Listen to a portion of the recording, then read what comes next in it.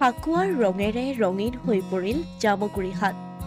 ফাকুৱা উপলক্ষে জামুগুৰিহাটত অনুষ্ঠিত হ'ল পৰম্পৰাগত কলহ ভঙা প্ৰতিযোগিতা।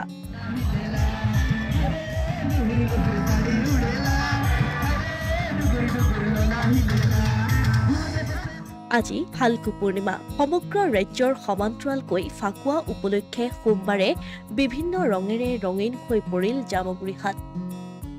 জামুগুৰিহাটৰ উত্তৰাঞ্চলৰ হাটিঙা বাগানত ফাল্গু উৎসৱ উপলক্ষে অনুষ্ঠিত হ'ল এক বিশেষ পৰম্পৰাগত খেল। হয়, গেলাহাটীয়া চাহ বাগিচাত 1977 চনৰ পৰাই আচলতে আমাৰ কিছুমান বাগানৰে বুদ্ধিজীৱীসকলে আচলতে সমাজখনৰ ভাল পৰিৱেশ এটা দিবৰ কাৰণে, এটা শান্তিৰ পৰিৱেশ দিবৰ কাৰণে এই ফাকুৱা মহোৎসৱ আয়োজন কৰা আৰম্ভ কৰিছিলে। আৰু আমি তেওঁলোকৰে মাৰ্গদৰ্শনেৰে আমি আমাৰ এই সমাজখনক যাতে ভাল এটা পৰিৱেশ সৃষ্টি কৰিব পাৰোঁ বা বাগিচাখনৰ উন্নতিৰ কাৰণে আচলতে আমি এই নদুৱাৰ অঞ্চলৰ চতিয়া নদুৱাৰ অঞ্চলকে সামৰি আচলতে এই ফাকুৱা মহোৎসৱ আমি এবাৰ 47তম ফাকুৱা মহোৎসৱ আয়োজন কৰিছোঁ।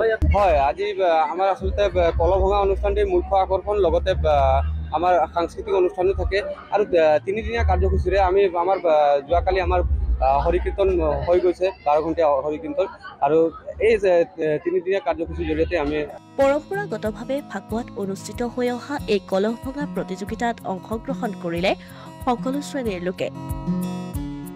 নানাৰঙী ফাকু সানি এইদৰে ৰঙত ৰঙীন হৈ পৰিল প্ৰতিজন লোক।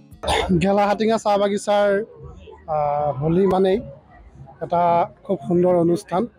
আজি প্ৰায় 100 বৰ্ষই পাৰ হৈছে যে গেলাহাটিঙা চাহ বাগিচাৰ ৰাইজে সদায় এটা উৎসৱমুখৰ পৰিৱেশত আৰু এটা সুন্দৰ পৰিৱেশত ইয়াৰ সকলোকে লৈ, জাতি জনগোষ্ঠী ধৰ্মৰ মানুহক লৈ এখন সুকীয়া হোলী আমি গোটেই সমগ্ৰ অঞ্চলত হয় বুলি অনুভৱ কৰোঁ।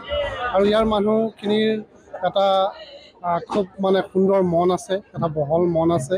তেওঁলোকে ইয়াৰ হোলীক এটা সুকীয়া মৰ্যাদা সদায় দি থৈ আহিছে যে গেলাহাটিঙা চাহ বাগিচাত এই সুন্দৰ হোলী উৎসৱ, ইয়াৰ খেলা ধূলাৰ সুন্দৰ পৰিৱেশ, ইয়াত সুন্দৰ পঢ়া শুনাৰ পৰিৱেশেৰে হাটিঙা চাহ বাগিচাখনকে সমগ্ৰ জিলাখনৰ চাহ বাগিচাৰ ভিতৰতে এখন সুকীয়া চাহ বাগিচা হিচাপে সদায় এটা পৰিচয় দি আহিছে।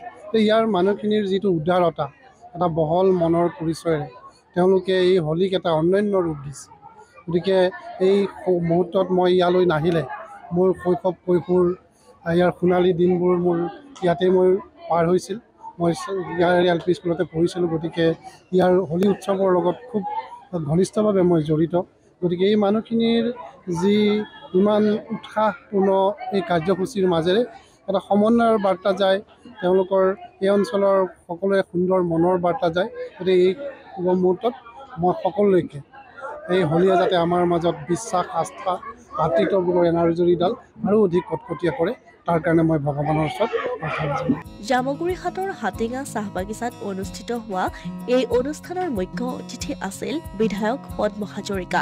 এই অনুষ্ঠানত অংশগ্ৰহণ কৰি বিধায়ক পদ্ম হাজৰিকাই কয়, চাহ বাগিচাত আজি যি হোলী উৎসৱ, এই হোলী উৎসৱত ইমান সুন্দৰকৈ সকলো জাতি জনগোষ্ঠীৰ মানুহক জড়িত কৰি আমাৰ চাহ বাগিচাৰ পৰিচালকসকলকো ইয়াত আমন্ত্ৰণ কৰি ইমান সুন্দৰকৈ উদযাপন কৰিছে। উদ্যোক্তা সমিতিলৈ মই বিশেষভাৱে ধন্যবাদ জ্ঞাপন কৰিছোঁ।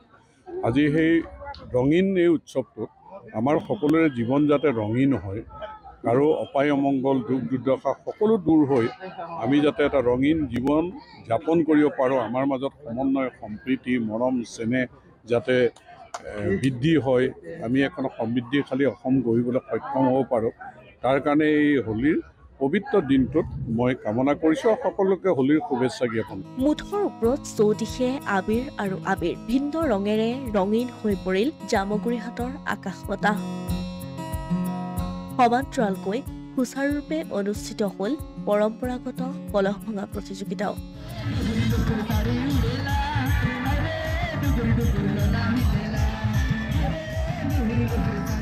অসমীয়া প্ৰতিদিন ডিজিটেল সংবাদ, জামুগুৰিহাট।